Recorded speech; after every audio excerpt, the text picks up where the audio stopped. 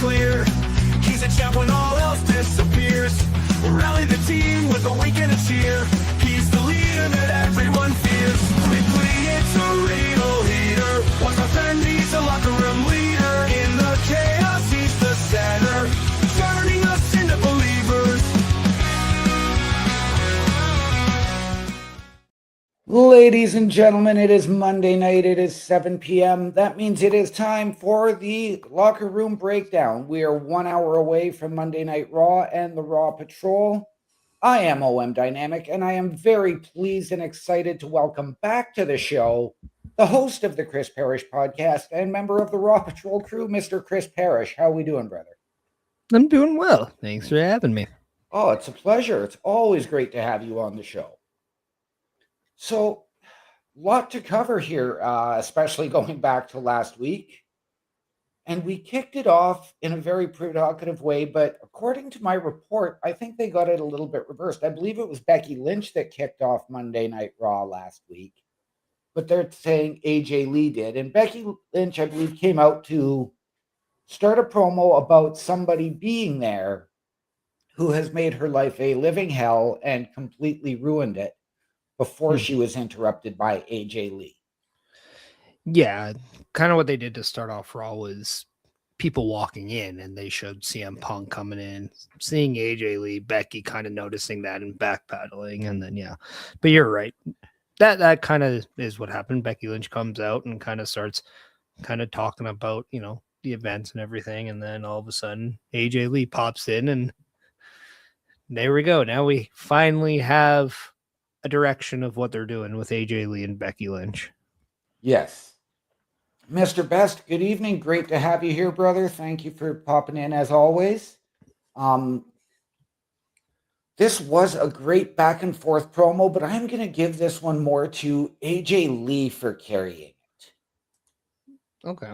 For me, Becky really, I know she was seething and in character, but there was a lot of times when I really felt she was stumbling over her words or grumbling a lot, and I really couldn't understand a lot of what she was saying, and really left me needing a little more, something more clear from Becky as opposed to just that underlying anger. Yeah, and I think that was actually on by design to have her kind of stumbling, just because it's Becky Lynch who's known to kind of play with the wording to spin it in her favor, especially when it's like, oh no, Maxine betrayed me. I didn't betray her. Lyra backstabbed me. I didn't backstab her, kind of thing. She always changes the words to, you know, make her narrative more in a way that makes sense to her. And it's AJ Lee who kind of just found out how to kind of manipulate the way she does that and kind of used her own words against her. And once Becky Lynch kind of was noticing that, she kind of almost backpedaled to a point where she didn't know where to. And I think it just shows you that AJ Lee is being perceived as the person who interrupts and who can really put kind of that like wedge in between the mind games that Becky Lynch plays, to the point where maybe AJ Lee is the kryptonite to Becky Lynch. Right. Now, we did get a match made out of this. We do have the Women's Intercontinental Championship being defended at the Elimination Chamber in Chicago, which is now AJ Lee's hometown. Yes. Yeah, it's a match that I think a lot of us had pegged for maybe a WrestleMania, but I really don't think that this is a one-off. I think we're going to get maybe a series of 1 or 2 matches here. And I think for the first time ever, we're going to see AJ Lee not only compete for the Intercontinental Championship, but also compete against Becky Lynch. And it's one of those matches that if a cage match doesn't tickle your funny bones, then AJ Lee versus Becky Lynch for the Intercontinental Championship sure better, because it's going to be a fantastic match. Right. Now, this is going to be one of the first times, because I know it didn't happen very often. It did happen a little bit with Becky's first reign as well as Lyra, but first time in close to a year that the Intercontinental Championship is being defended on a PLE. Yes. I think I know that it was at Evolution. I'm sure it was at SummerSlam as well.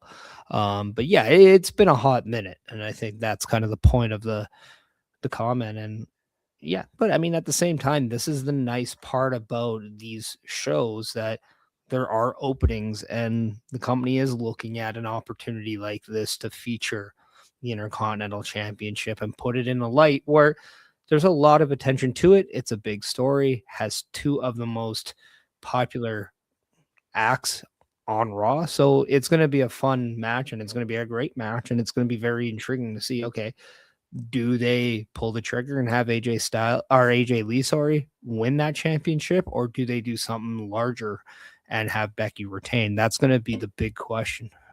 Right. Yeah. And I'm with you there because, as you touched on, I think this is going to be 2 or 3 matches. I could see this, at Elimination Chamber, WrestleMania, and then maybe Backlash. And then after that, you take a break, separate them for a while, and maybe come back to it at SummerSlam or Money in the Bank. Yeah, and I think it's going to be what I love about it is that there's a lot of focus on the high-end talent over the Intercontinental Championship. I know a lot of people, and even myself included, were a little bit skeptical about Becky Lynch becoming the Intercontinental Champion. But the one thing we can't deny is the fact she does bring that star power over, and that Becky Lynch, when she's on your screen, is there every week. She's putting in the hours. She's punching in that card, and she's going to work, and she's doing everything that you need someone to do. And that, I think, shows you just at heart what the Intercontinental Championship represents. So I do think Becky Lynch is a fantastic representation of the Intercontinental Championship. And because of that, the star power of this title is going to be shined very largely at Elimination Chamber. So I can't wait to see what they do tonight. In fact, I would like and hope that we see something in ring with them from a competitive standpoint, whether it's mixed tag, whether it's a tag team match, something along those lines in the next week or two. Yes, I am with you there. And we will come back to that a little bit later on. But then we move on to our first match of the night, and a match that I thought would have been the main event, our World Tag Team Champions. The Usos defending against the Alpha Academy, Tozawa and Otis. Yeah, and I think the result probably indicates why it wasn't a main event. But at the same time, this is a match that, okay, we just saw this awesome in-ring segment with the girls. Now we're going to get an awesome match between the Usos and Tozawa and Otis. And what's great is the fans just have a reason to stay involved because everything they've had into this point is a reason for them to go nuts and to be excited. So I do like the fact that we saw Tozawa and Otis not only get an opportunity, but really showcase what they're able to do. I think for Tozawa, it's really hard outside of 205 Live and that cruiserweight style to really do things with a lot of the people now because they're a lot larger than him. But when you're in the ring with Otis, he's going to allow you an opportunity to kind of shine. He's going to shine. The Usos are not selfish workers. They do put in, they do help out their opponents. And what I love about this is everyone got back that magic of what the Usos as a tag team was. And then on top of that, we're seeing the rise of what Otis and Tozawa are capable of as a tag team. Yes, this was a fantastic match. Definitely up there in the match of the night category. I know we were all sort of expecting here around the Turnbuckle Affiliation Program for that tag title change. But I am glad that the Usos won it, though I was also anticipating that potential turn, whether it was Jimmy or Jay had they lost. Yeah, and I don't think we're gonna see a turn right away, given the fact that Jimmy is going to have a child relatively soon. So I do think we're going to see them hold those titles into WrestleMania, have a profile match against somebody, most likely drop those titles at WrestleMania, and then we can do something with Jay. We can then have Jimmy go off and kind of be dad for a bit. Okay. After that, we got a Liv Morgan promo as she came out with Raquel, with Dom, still waiting to make her announcement. But she was interrupted by Stephanie Vicaire and did unleash some rather insulting comments at the end of this that we are not going to repeat here. Yeah, I think the one thing we've been noticing about WWE, whether it's Raw or SmackDown, is that the language has gotten a little bit more risque. It's a little bit more cutthroat, we'll say, and they're using another language to kind of go there, and I think that's very much by design, because now a lot of the American audience can't go on Twitter and blah blah blah. They'll ask Rock or whatever on X, and he'll say this isn't what I'm supposed to do, and we'll see that meme. But what I love about this is, even though I think we all know that Liv Morgan is going to pick Stephanie Vicaire, there is a lot more seeds being planted in that choice than there are with Jade Cargill. Yeah. I do like the fact that they're keeping this a little open-ended, because why force it when we know we have Elimination Chamber right there? We know that there is a chamber match for the women to go after a championship. And what I love is whoever wins that women's chamber match, and Liv hasn't picked, they don't even know what they're going to do at WrestleMania yet. So it just puts a little bit more control in the choice that Liv Morgan gets to make. So why not? Everybody, she always says, watch me. And right now, all eyes are on Liv Morgan and that choice. Yes, and this is something that I've talked about. We saw it a couple of years ago. Might have even been last year when Roman had made his choice on who he was going to face at WrestleMania, when Cody stepped up and said, "No, the choice isn't yours." Mm-hmm. So what I'd like to see is this draw out through the end of the Elimination Chamber. Let your Elimination Chamber winner pick their champion first. Well, then you're allowing the Elimination Chamber to have more Otis over the Royal Rumble, and it's already been stated on that Liv Morgan selects her champion, and the chamber then has that match against the champion she does not choose. So it's already stated that they do not have that first pick. So I know what you're saying. It's just already been stated that it's that say. It has, but we also know that WWE have been going against the grain a little bit of late. So that's where I'd like to see that change, even if it is somebody, and let's say it is Raquel who wins the Elimination Chamber, and she's going to step up and say, Liv eliminated me from the Rumble. I'm going to go after Jade. That's going to throw even more dissension into what we're seeing from the Judgment Day as well. Yeah, just a little bit. And we even saw that just last year at WrestleMania with Dom and Finn Balor in the same Intercontinental Championship match. And then the whole group just comes in. It doesn't matter which one of you wins as long as the title comes to the Judgment Day. So, and that was largely Liv Morgan saying it. So it'll be very interesting if the shoe's on the other foot and she's the one bickering over someone else internally, and then a Finn Balor says it doesn't matter who wins as long as the title comes back to the Judgment Day. Yes. And then everyone will be like, turn Finn babyface or else I'm mad because I don't get my demon. Right. On to our first Elimination Chamber qualifier, and the women came to play. Mm-hmm. Rhea Ripley, Lyra Valkyria, and Ivy Nile in a triple threat. Rhea Ripley comes out on top. It was a fantastic match. Did Rhea need the victory? I understand why. From a business sense, it makes all the sense in the world. She is your biggest star in the female division. So I get it. I 100% get it. And I'm not upset that she won. I am upset over who she beat, because I did not understand the need when you're trying to build Lyra up a little bit.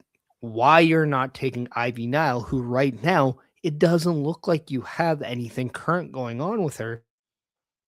Whereas with Lyra, they are trying to get the tag title. So at the very least, I would have flipped that, and then you could have used that as a gateway to go towards maybe a tag title match. With Rhea getting the pinfall over Lyra, Lyra now essentially has nothing to go after. She lost. So the only way it would make sense to me is if her counterpart advances, but that's a whole nother story because we're not really sure on that, although both their tag partners are in a match. And as you said earlier, we'll get to that later, but Yes. I'm not upset by it. She is the largest, or she is the biggest name in that division, and you kind of have to make your money with that. And right now, with the WrestleMania tickets, not knowing, the more you put your larger names kind of in that marquee, the more the people might actually want to spend that money to go. Right. Now, this Ivy Niles showcase performance? Like, was this her star maker match? Because she came out and she absolutely delivered. I mean, I think it's definitely one of those things where if she doesn't, there's a lot more questions and answers about Ivy Nile because you are in the ring with Lyra and Rhea, and we all know that they're high on Lyra. They're extremely high on Rhea. And I know that they're high on Nile, but it's one of those things where we need to find a way to separate her from the pack too. So I understand that. And I think this way, if you're able to deliver those good matches, I mean, look no further than her stable counterpart, Chad Gable. That's how he started doing it too, by just being consistently good in the ring. So maybe that's what Ivy Nile just has to do before we start kind of putting her in anything, because she's been very consistent on saying, I want an opportunity for said title, and lose that match. So we need something more from Ivy Nile, and maybe being a consistent, good in-ring worker can get her to the point where more people would want to see her and something more. But yeah, I mean, I do think Ivy Nile had a great performance, but at the same time, she had to, right? There was no effort buts about it. It's the road to WrestleMania. If you don't have your A game on right now, then that's going to cause a lot of concerns afterwards. Absolutely. All right, we do have a little bit more to cover on this, but ladies and gentlemen, before we continue on, have a look at this. A Turnbuckle affiliation program is looking for more people. If you have passion level for pro wrestling, sports, video games, or something else, then Turnbuckle Studios is the place to be. If you have ever wanted to pursue content creation and want to join our team, then we would love to have you. Check out turnbucklestudios.org or contact us by email today, because your future is now, and we want you to tap in.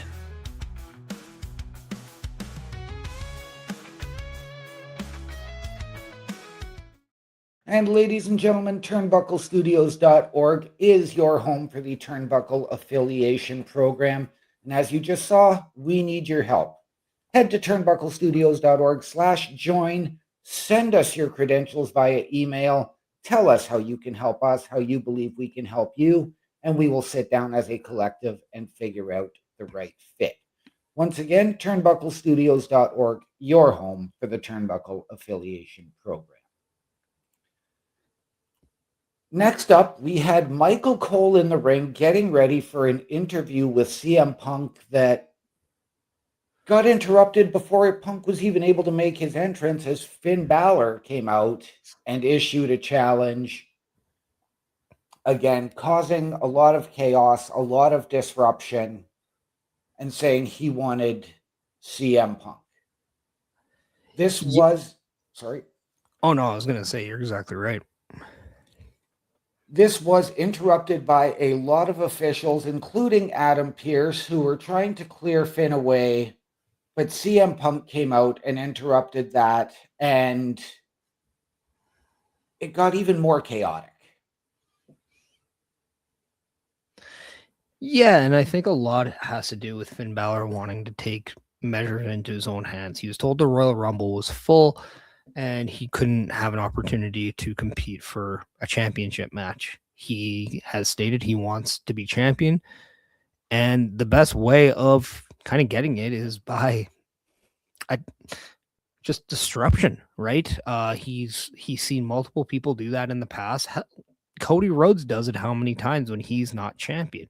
So might as well take a play out of their book and do the same. And it worked to a charm, because the one thing CM Punk has that everybody wants over top of that championship is that he has this wanting to compete. And when you want what he owns, and that is the championship, you take advantage of his willingness to compete, be a fighting champion. And even though that he is slated to face Roman Reigns at WrestleMania, he still wants to be that fighting champion. Finn has taken full advantage of it, and he held the show hostage, and he held the pride of CM Punk over his head and says, look, if you don't face me, you don't put that title on the line, you're not prideful. You're exactly what everybody else says about you is true. You're a fraud. Yep. And then that's just the button that had to be pressed to get CM Punk there, because he wanted that match more than anything based on the attack from the week before. Yes, and even as Adam Pearce said, no, the direction is clear for the title. Punk said, I've got the belt. I'm the champ. I want the stroke and the clout that comes with it. So Adam Pearce did make the match for Elimination Chamber in Chicago. And then Michael Cole asked CM Punk, what are you doing? Risking one of the potentially biggest main events in WrestleMania history for Finn Balor. And you have to really look into that, if whether or not this is a way to kind of sneak Finn Balor into this title picture, if it's a way for everyone to think that Finn Balor is beneath the title or that. But it's what Finn Balor also has been saying within the Judgment Days, that everybody's forgetting about Finn. And we're working to that narrative where maybe it's true. There is a lot of people overlooking Finn Balor. So the question remains, does this mean Finn Balor might just walk out of Chicago champion? We've seen a lot more title switches in the last 6 to 7 months than we've expected. Probably not, but I would not be surprised if Finn Balor somehow does the unthinkable, and that is defeat CM Punk in Chicago. Okay.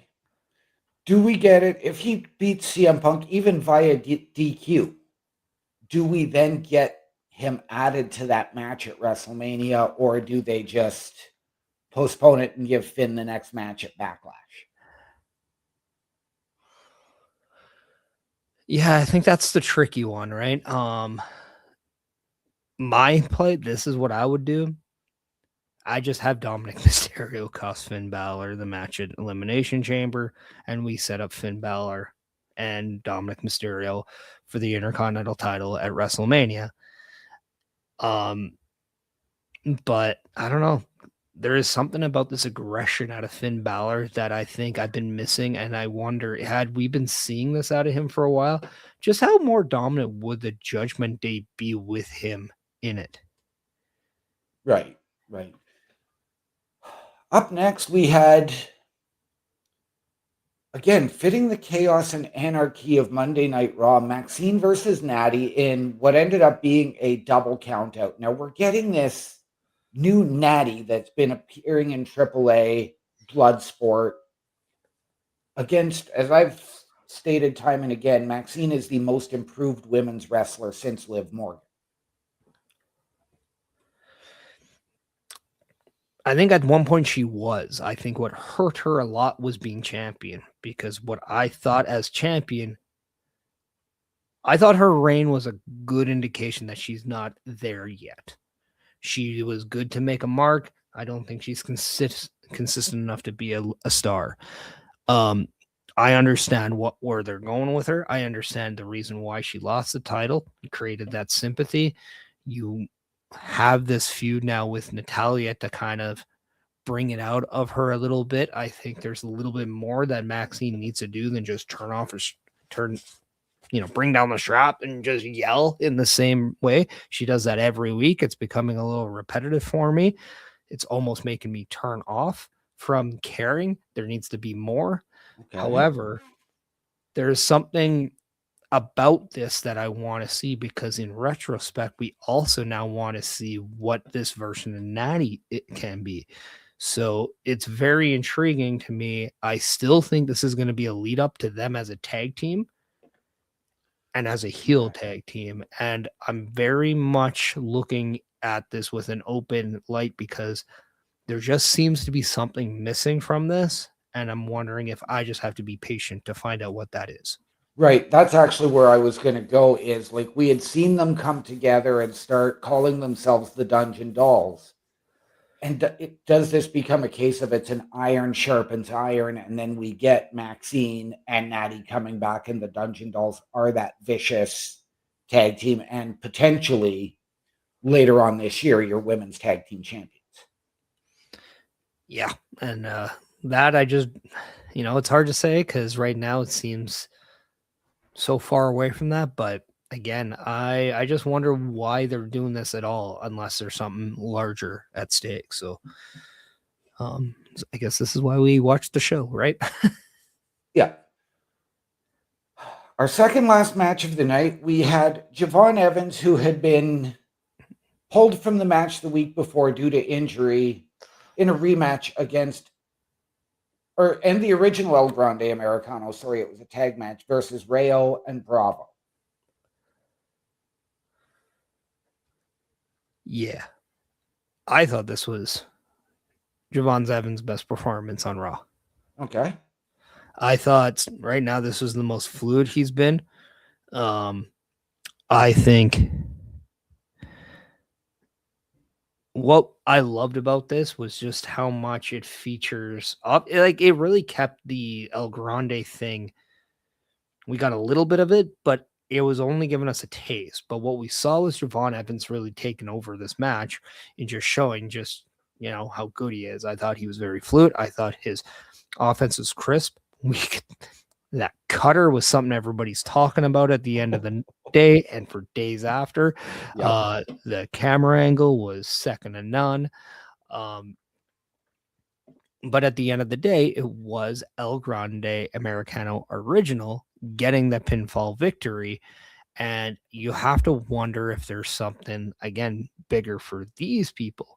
These guys going into WrestleMania, I still think we're going to get a mask versus mask match between both El Grande Americanos at WrestleMania. Right. And I'm very much intrigued, because, again, they're using AAA to also use this and capitalize it, and everything is staying in character no matter where you go. And I think that's a very intriguing concept. What I was going to suggest as far as that goes, and I do like the idea of the mask versus mask, would we get potentially the original El Grande Americano with two other tag team partners versus the Americanos in the mask versus mask match, but you see both sides becoming completely unmasked to see one faction versus a new version of an old faction? It's something that I've thought about too, because obviously the big question is Gable, Ludwig Kaiser, right? Yeah. Do we put the Creed brothers under masks? Have them kind of play the counterparts to Pete Dunne and Mr. Tyler Bates version? We'll see. Yeah. All I know is it just always seems like the larger picture surrounds the El Grande Americano character. Yes. And it's more between that. So I don't see so much about the tag teams when I'm looking at the stuff from AAA. It's only a matter of it's because they're around each other here in WWE. So I don't know. I really wouldn't mind that, but at the same time, this is one of those matches that you'd care about, you're curious about, you want to see it through, and there's no title involved, and it's getting every part of your interest. Absolutely.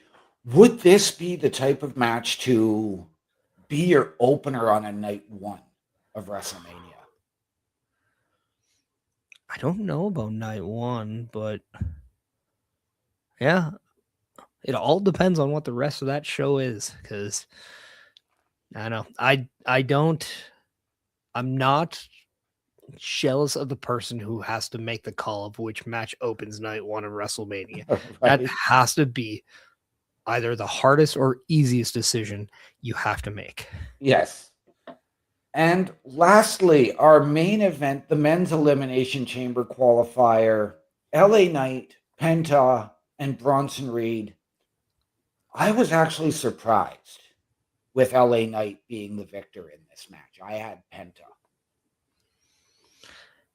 Whereas I thought this was a waste if he didn't.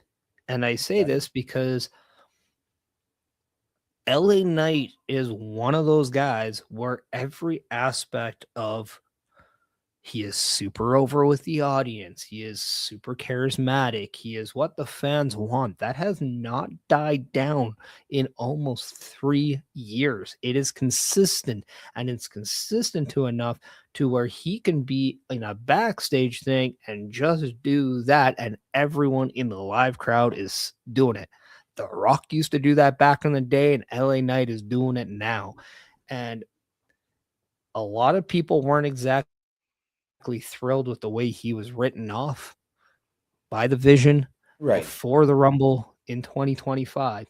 And now that he's back, what is he doing? He was part of the eliminations of every Vision member minus Braun Breaker in the Royal Rumble. So he is out for blood against the Vision, and it just makes sense that he is doing the one thing that no one in the Vision is able to do, and that's get inside the elimination chamber. And we can thank a certain masked individual for that. Yes. And as you touched on, he's out for blood against the Vision, which was exactly why I had Penta winning, because I thought once LA Knight was in there with an Austin Theory, that was going to be his singular focus. He was going to target them. Penta has his history with the Vision too, no question. But I thought that was my focus for LA Knight, was that's what we're building to. We are going to get LA Knight in a gauntlet match against the Vision at WrestleMania. Now, I know what we're hearing out in the wrestling rumor world for LA Knight for WrestleMania being Brock Lesnar, but that's where I thought we were going, was LA Knight, potentially a Bronson Reed, whether it's that in that big showcase match to, okay, let's end this at WrestleMania. Yeah, and that's going to be the interesting part, is just how everything's tied in. And the one thing that we heard after Raw went off the air from a video that WWE did put up on their socials is that he was yelling at Paul Heyman to say, anybody that you bring in, I'm going to knock them down. He's like, so get any of your friends, I am knocking them down. So it'll be very interesting if a guy like Brock Lesnar does show up for this, because he is somebody that Paul Heyman does know the number 2. He has called. He was part of War Games on their behalf just last year. So it'll be very interesting to see kind of where that is. If it is LA Knight and Brock Lesnar, you can't say that is not a big time match for LA Knight, because this very well could be Brock Lesnar's last WrestleMania. Yes. And now, again, we have to ask, who is this masked man? I know I've got my theories on it. I know it's not Austin Theory, but I have my theories as to who it is. Well, the fans have done a great job of identifying pieces of his outfit, whether it's his watch, shoes, or whatever, and they've all been able to put it towards Grayson Waller, which makes a lot of sense based on the fact that Waller and Theory used to tag. The only thing, I don't understand why this would make sense in any way. However, I'm open because there is a tie into this. So again, I'm very intrigued. Obviously, the use of the super kick and stomp are already there. There's also massive rumors that Seth Rollins is closer to returning than people expect, and that he will be around for WrestleMania. So yeah. Yep. I had heard very intriguing. I had heard Grayson Waller, and even before that rumor came out, I was sort of leaning to that. But it was going to be that tie-in of, okay, now we're going to turn the New Day back babyface. Grayson Waller is going to join the Vision. You're going to reform A-Town Down Under. as a much more unified, especially with Logan Paul there with them and Paul Heyman. But I was also going with a guy who actually made his return to TNA on Friday. I was going to suggest a Steve Macklin. Okay. Yeah, it's going to be interesting, but I think just like how we all thought it was Austin Theory from day one when he was helping the Vision and it ended up being Austin Theory, I have a feeling this might just be as simple as what we think. It's most likely, in my eyes, Waller or Rollins. And I think it all depends on how close Rollins is from returning. And if he's close and you have Waller just doing the physical act until Rollins can be there for the unveiling, makes sense to me. Yeah. But if Rollins is going to be closer to WrestleMania than people think, we might actually go a different direction. Right. Okay, ladies and gentlemen, that wraps up the review portion of the show. I'm going to show you everything we have coming up here throughout the week at the Turnbuckle Affiliation Program, and then we're going to move forward with the previews.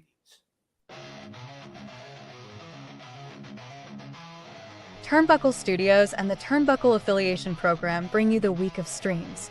All times are in Eastern Time. Monday nights you get the Locker Room Breakdown at 7 p.m., followed by the Raw Patrol at 8 p.m. Tuesday brings you the flagship show, Turnbuckle Talk, at 8:05 p.m. Wednesday we play games with the PlayStation Showcase at 8 p.m. Thursday we go TNA as we brace for Impact at 9 p.m. On Fridays, join us for the SmackDown Security Detail at 8 p.m. The weekend brings you Saturday Night Gaming at 8 p.m. On Sunday, be sure to catch the Chris Parrish podcast at 12:15 p.m. And later that night, we have the Boar's Nest at 8 p.m. Be part of the shows and join the chat every day. And please visit turnbucklestudios.org.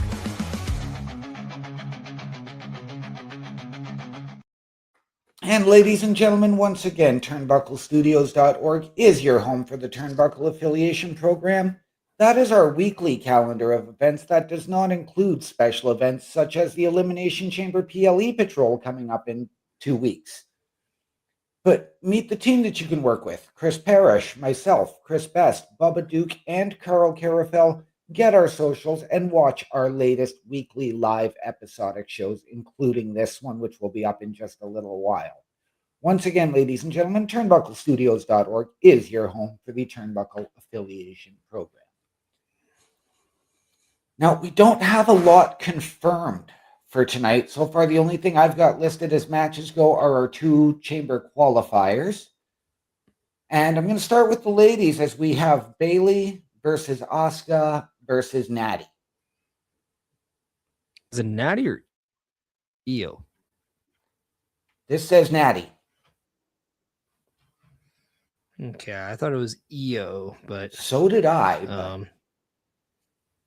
maybe that was changed. But yeah,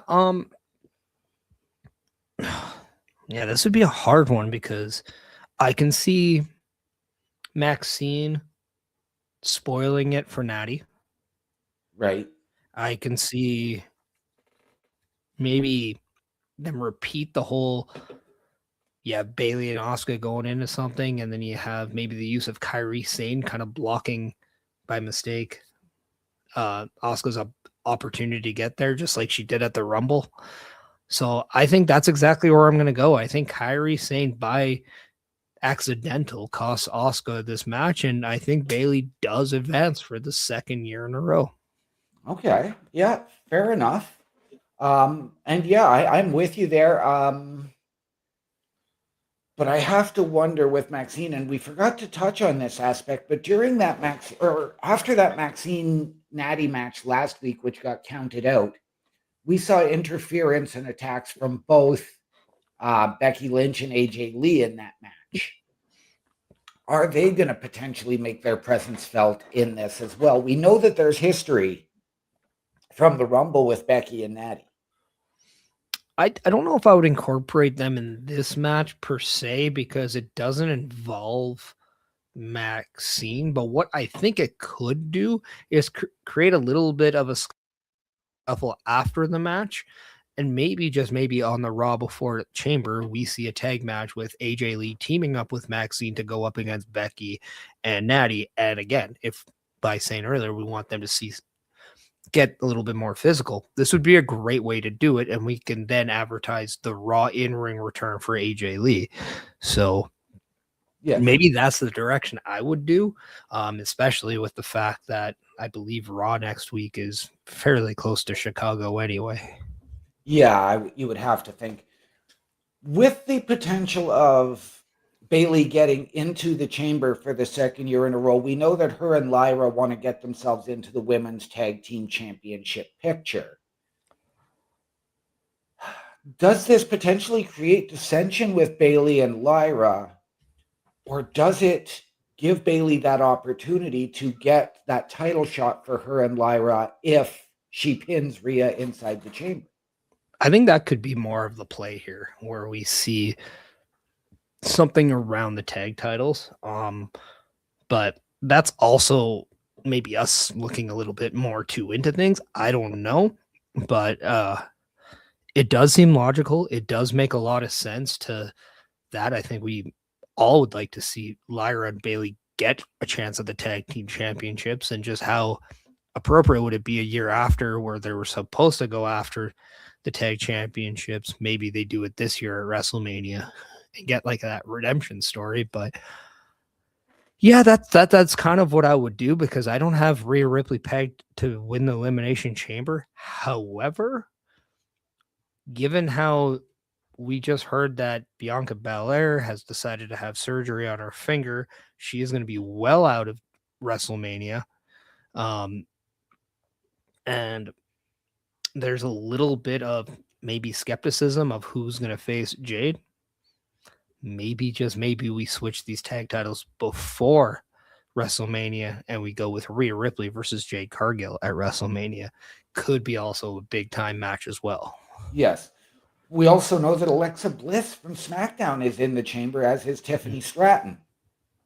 So we know that Tiffany doesn't have any allegiance to the tag team titles, and she can definitely earn her rematch with Jade.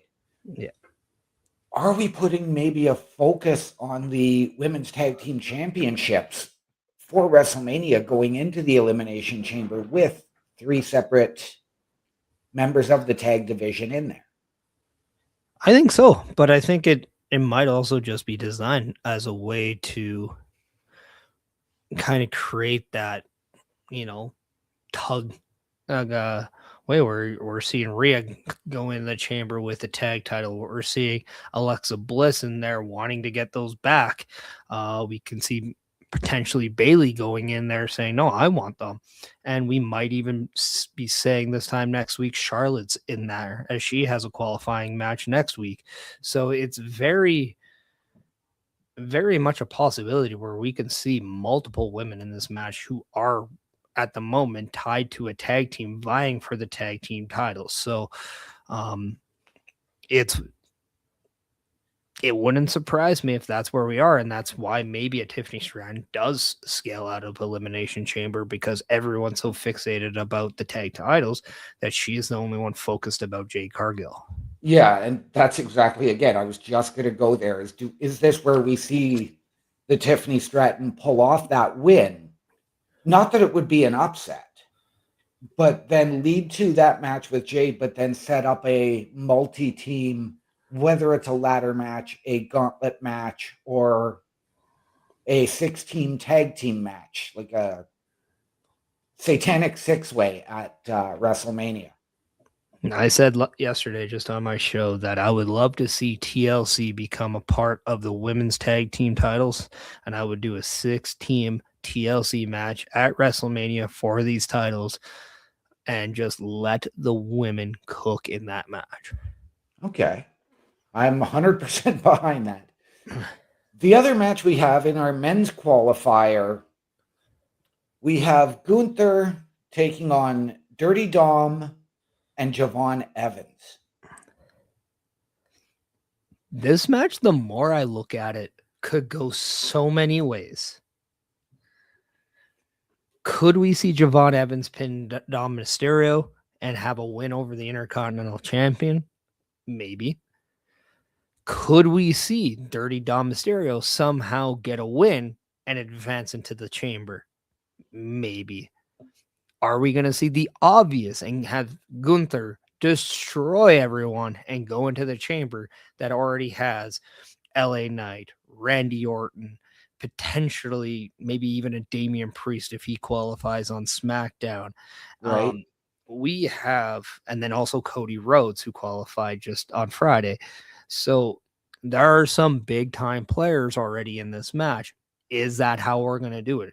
Are we just going to say we want all the meat in the men's elimination chamber match? But I could also see Javon Evans somehow shocking people, getting in there and being your RVD like in the very Yeah. first one, and using the elimination chamber to create some of the most unique and innovative offense that we've seen in quite a while. So Yeah. I think that's a strong possibility, but I'm gonna have to end of the day say I think this is Gunther getting there. I Right. just don't know if I see Gunther winning.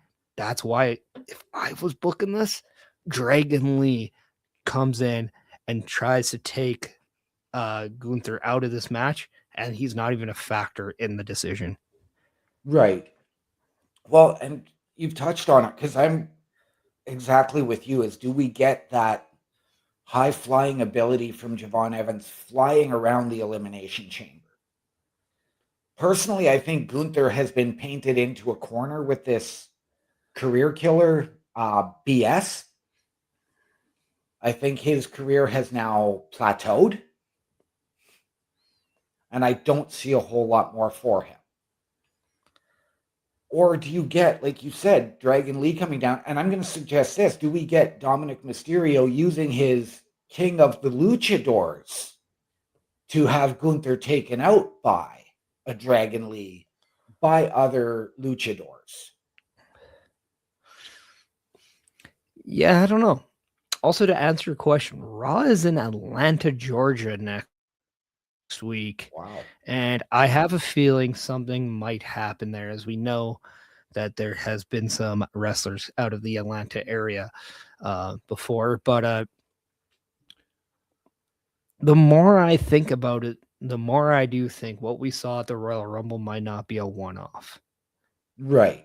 And Now, because of that, I think what we're going to see is either their shock of a century or we're going to see the obvious. And it's one of the two. I wouldn't hate Gunther mixing in with Cody, mixing in with Randy, going against LA. Then you add Damian Priest. Maybe we add an Oba Femi, Ilya Dragunov, Brock Lesnar as a sixth man, and just let those beasts run wild. yeah, no, and I see exactly where you're coming from.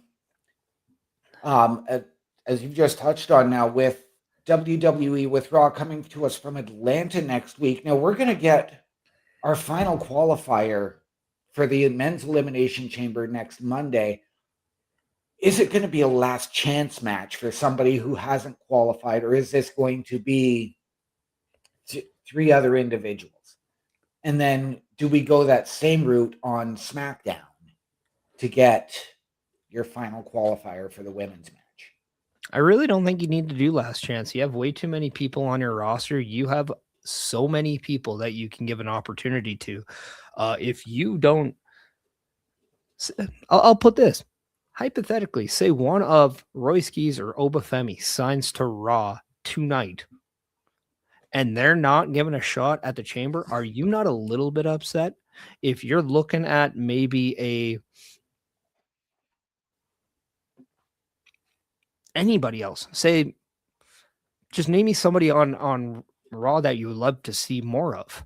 Maybe it's maybe it is Chad Gable who makes a return or whatever. But is there not somebody there that you would like to see an opportunity with? I know on SmackDown, I'd love to see Matt Cardona given an opportunity to qualify. Yeah. I would love to see just about everyone get an opportunity. In fact, I might even do a good old-fashioned 20-man over-the-top rope battle royal to determine the final spot.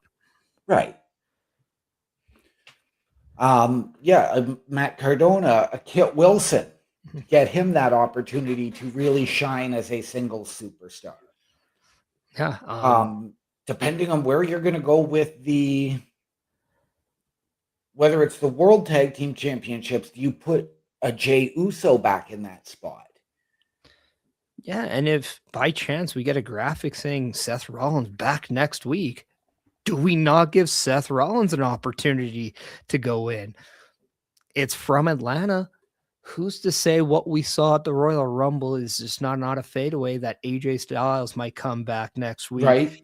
go in, and then his sole purpose is to knock out Gunther from the Elimination Chamber if Gunther does qualify. Yeah. How are we not then more intrigued over this? Oh, absolutely we are. So I don't know. I again, the more you think about it, the more you can go any way with this match. And I think I love that because the one thing we've been able to say out of Raw, and we've hammered that word a lot today, chaotic.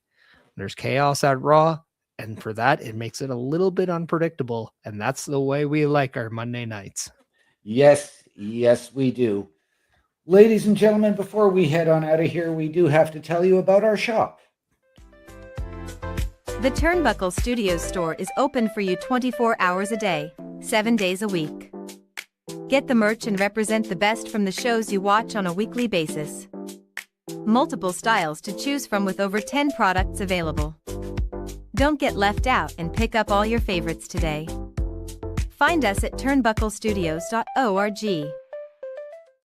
And ladies and gentlemen, for the last time on this program, we'll tell you that turnbucklestudios.org is the home of the Turnbuckle Affiliation Program. We ask you to support your favorite shows, support your favorite podcasters, whether it's the Chris Parrish podcast, whether it's this show, whether it's the Raw Patrol. Buy the merch, wear what we wear. All of the proceeds come back into our studios to bring you a better experience. All of that and more at turnbucklestudios.org, your home of the Turnbuckle Affiliation Program. Mr. Parrish, it has been an absolute pleasure to have you back on the show. I love it when you're able to come on. I know that we got lucky because today is a holiday here in Canada. I do want to wish our American audience a happy President's Day.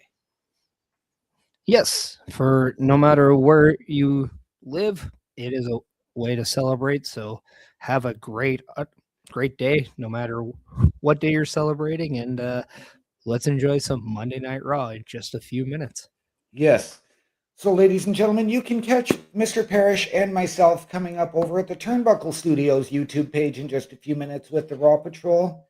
Until then, ladies and gentlemen, please remember, the world is better with you in it. From all of us here at the Locker Room Breakdown and the Turnbuckle Affiliation Program, to those of you out there wherever you are, good night, good luck, we out.